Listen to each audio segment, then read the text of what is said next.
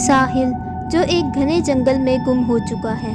दूर दूर तक जंगल में साहिल को कोई भी नजर नहीं आता। वहां से बाहर निकलने का रास्ता ढूंढने के लिए साहिल बहुत देर तक जंगल में चलता रहता है और जब साहिल सांस लेने के लिए अपना हाथ पेड़ पर रखता है तो उसका हाथ खून से भर जाता है। तभी उसे पेड़ की दूसरी तरफ एक लड़की खड़ी हुई दिखाई देती है। ये कहानी है साहिल की, जिससे रात को बहुत डरावने सपने आते हैं। इसीलिए साहिल आज एक डॉक्टर से मिलने के लिए जाता है। रिलैक्स साहिल, मैंने तुम्हारे लिए कुछ दवाइयाँ लिख दी हैं, पर अब से तुम्हारे सपने में जो भी होगा वो तुम्हें मुझे बताना होगा। रात को साहिल सोने से बहुत डर रहा था, इसी वजह से वो लैपटॉप पर अपना काम करने लगता है। पर फिर भी रात को उसकी नींद लग जाती है और इस बार भी हर बार की तरह साहिल खुद को उसी जंगल में पाता है। ये क्या, मैं फिर से उसी जंगल में कैसे आ गया? डरते डरते साहिल उस जंगल में चलना शुरू करता है और उसे दूर ही एक झोंपड़ी दिखाई देती है।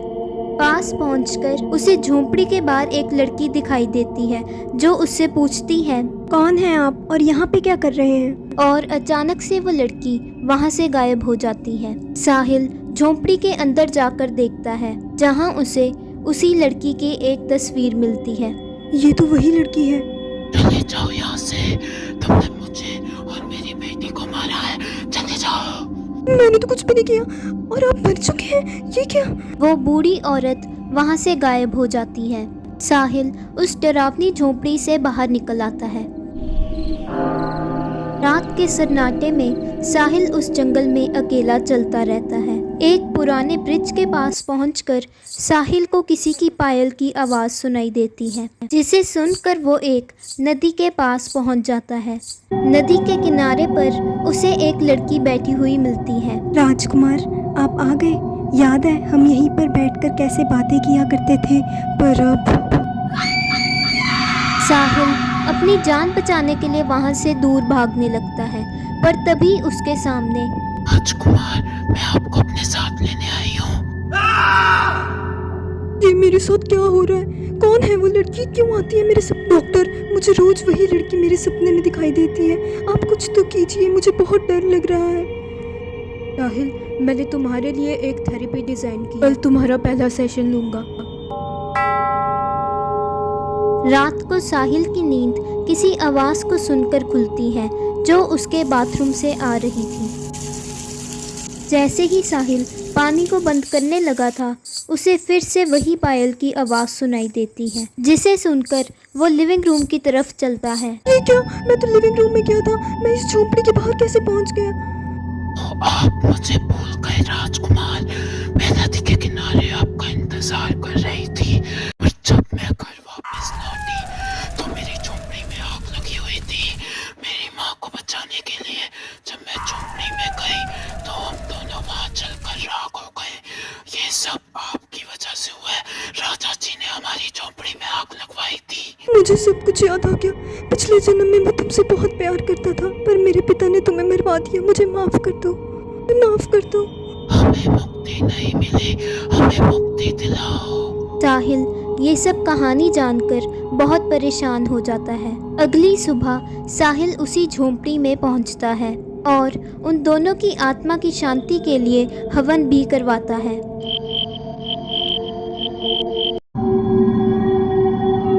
ये कहानी है सारिका की, जिसका आज 25th बर्थडे था। सारिका के सभी दोस्त उसे बर्थडे सरप्राइज देने के लिए आते हैं और एक बहुत अच्छा सा डिनर करने के बाद वो सब सारिका को बहुत सारे गिफ्ट्स देकर वहाँ से चले जाते हैं। तभी सारिका की नज़र एक गिफ्ट पर पड़ती है जिस पर किसी का भी नाम नहीं था। गिफ्ट खोलकर देखने पर उसमें एक बहुत प्यारी डॉल थी। वाओ, कितना प्यारा गाना बजता है इसमें से। सारिका को लगता है कि ये डॉल उसे रिया ने गिफ्ट की है, पर तभी उसे रिया की कॉल आती है। हेलो सारिका, यार मैं तुझे ना गिफ्ट देना तो भूल ही गई। मैं देखो कल ला के गिफ्ट दे दूंगी, मेरी गाड़ी में ही पड़ा है, ठीक है ना?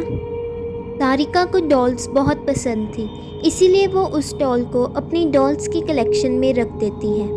पर रात को जब सारिका सोने की तैयारी कर ही रही थी, तभी उसके रूम की लाइट्स खराब होनी शुरू हो जाती हैं और खिड़की पर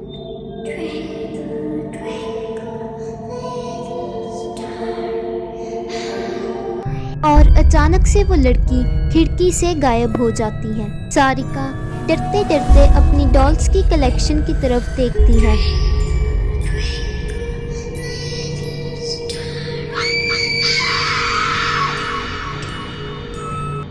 ये सब क्या हो रहा है?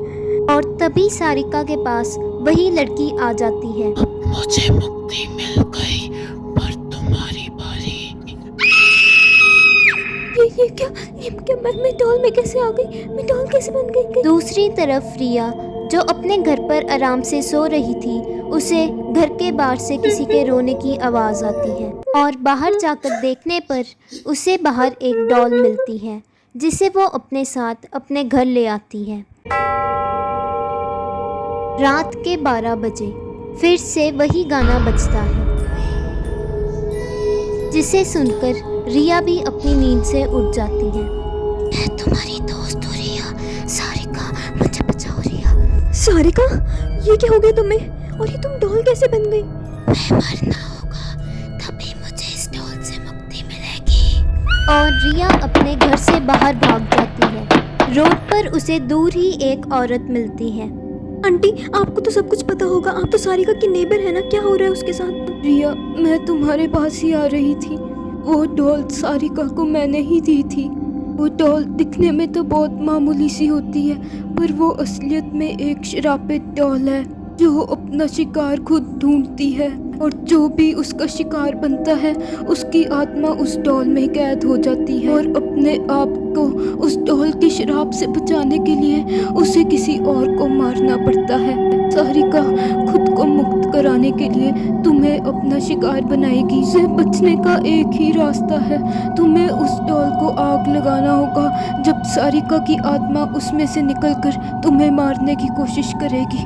रिया डरते डरते अपने घर वापस जाती है।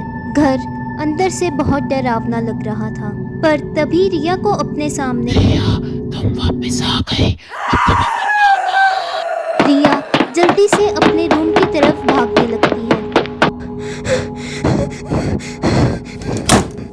दरवाजा खोलो रिया, दरवाजा खोलो रिया। क्या करूं? अब मेरे को कुछ समझ नहीं आ रहा। और रिया को उस औरत की बात याद आती तुम्हें है। उस डॉल को आग लगाना होगा जब सारिका की आत्मा उसमें से निकलकर तुम्हें मारने की कोशिश करेगी। वो डॉल को मैं कहाँ पे ढूंढूं? रिया को कबर्ड से कुछ आवाज़ सुनाई देती है और कबर्ड खोलकर देखने पर उसमें वही डॉल पड़ी हुई थी। जैसे ही रिया उस डॉल को आग लगाने लगी ही थी, तभी रूम का दरवाज़ा खुल जाता है। रिया, अब तुम्हें मरना होगा। जल्दी चल।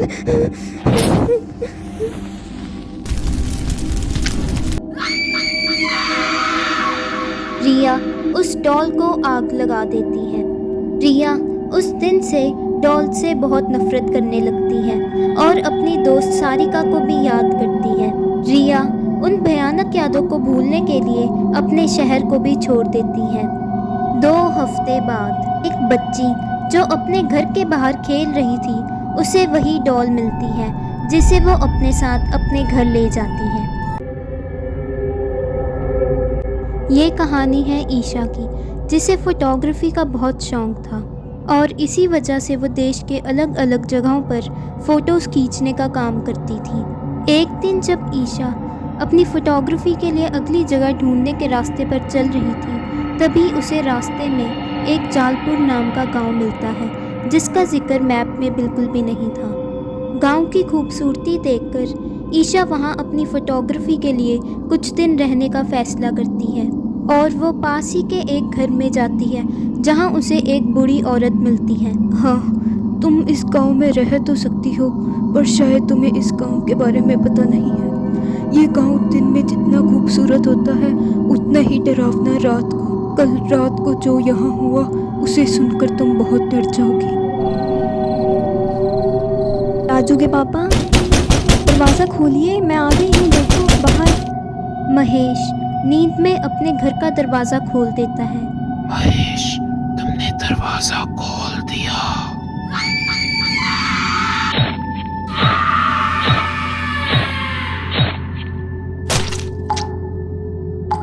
रात को यहाँ छलावा घूमता है और जो भी उसका शिकार बनता है उसकी बहुत बेरहमी से मौत हो जाती है। छलावे की दो निशानी है कि उसकी कभी परछाई नहीं दिखाई देती और वो शीशे में भी कभी नहीं दिखता। छलावे की बात सुनकर ईशा बहुत एक्साइटेड हो जाती है और अपने दोस्त को फ़ोन करती है। हेलो नमन, तुम्हें पता है मुझे बहुत रहस्यमय गांव मिला है, तुम भी यहाँ पे जल्दी से आ जाओ। कहते हैं यहाँ पे छलावा है। अच्छा, तो इस बार हम छलावे को कैमरे में कैद करेंगे। ठीक है, तुम मुझे लोकेशन सेंड कर दो, मैं कल सुबह आऊँगा। रात को ईशा उस छलावे की खोज में निकल पड़ती है, पर बहुत देर तक ढूंढने पर भी उसे दूर दूर तक कोई भी नज़र नहीं आता। जैसे ही ईशा वापस जाने लगी थी, उसे दूर ही एक आदमी खड़ा हुआ मिलता है जो ईशा का दोस्त नमन था। सरप्राइज! ओ नमन, तुमने तो मुझे डरा ही दिया। वैसे तुम तो कल आने वाले थे। मुझसे इंतजार ही नहीं हुआ, इसलिए मैं आज ही आ गया। जब वो दोनों बातें करते करते चल ही रहे थे तो ईशा की नज़र नमन पर जाती है, जिसकी कोई भी परछाई नहीं थी। ईशा बहुत डर जाती है और उसे बूढ़ी औरत की बात याद आती है।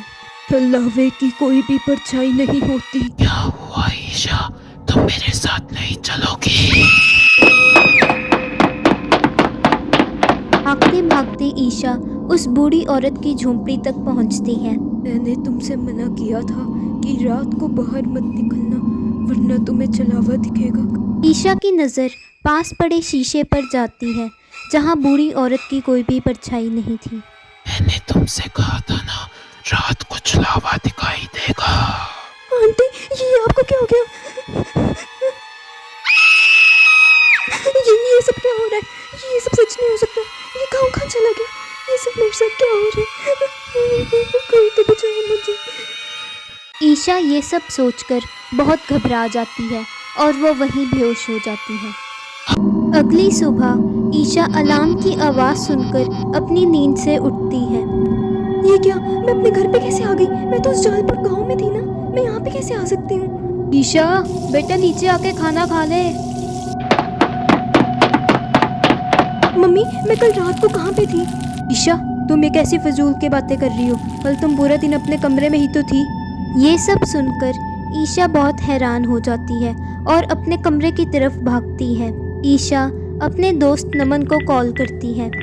हेलो नमन, मैंने तुम्हें कल फोन किया था ना, मैंने तुम्हें जालपुर गांव के बारे में बताया था ना। हाँ, मैं बस वहीं आने की तैयारी कर रहा था। तुम वहीं हो ना? पैकिंग भी हो ही गई, बस मैं वहीं पहुंचता हूँ।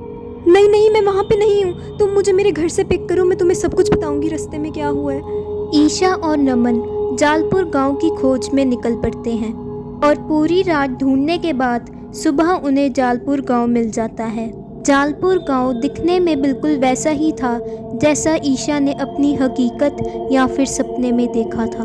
उन दोनों को पास ही में एक काम करता हुआ आदमी मिलता है, जिससे वो छलावे के बारे में पूछते हैं। अरे, ये आप क्या कह रहे हैं? छलावा? ऐसा तो कुछ नहीं होता, हमारा गाँव तो बहुत ज़्यादा खूबसूरत है।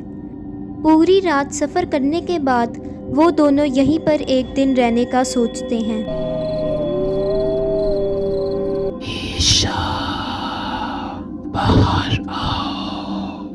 ईशा नींद में दरवाज़ा खोलकर बाहर चली जाती है। तो तुम्हें क्या लगा वो सब सपना था? तुम तो वही औरत हो जिसे मैंने सपने में देखा था। तुम यहाँ कैसे? तुम भी एक छलावा हो, अब तुम्हारी भी कोई परछाई नहीं है। नहीं, ऐसा नहीं हो सकता, मैं छलावा नहीं बन सकती, नहीं। और तभी ईशा एकदम सुन्न हो जाती है और उसकी आंखें भी एकदम लाल हो जाती हैं। हाँ, अब मैं भी एक छलावा हूँ। ईशा की चीख सुनकर नमन ईशा के रूम में जाता है। ईशा अपने बेड पर नहीं है, मतलब ये ईशा की ही चीख थी। नमन ईशा को ढूंढने के लिए घर से बाहर जाता है, जहां उसे दूर ही एक लड़की दिखाई देती है। ईशा, इतनी रात को तुम बाहर क्या कर रही हो? और अभी मुझे तुम्हारी चीख की आवाज़ सुनाई दी थी। नमन, मैं एक छलावा बन चुकी हूँ और अब तुम्हारी बारी, तुम भी एक छलावा बनोगे। नमन वहां से तेजी से भागने लगता है। अब मैं कैसे बचूं इस गांव से? अब तुम नहीं बच सकते। जो भी इस जमीन पर अपने कदम रख देता है वो धीरे धीरे जल लावा बन जाता है, और अब तुम भी बन जाओगे।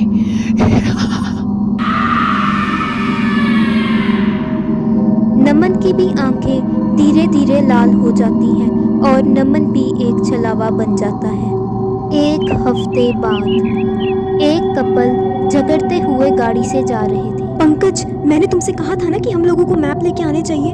अब हम कहाँ पे ढूंढेंगे रास्ता? अरे वो देखो, सामने वहाँ एक बोर्ड दिख रहा है, जालपुर गांव। और वो दोनों जालपुर में मदद मांगने के लिए चले जाते हैं। तो आ गए हमारे नए शिकार।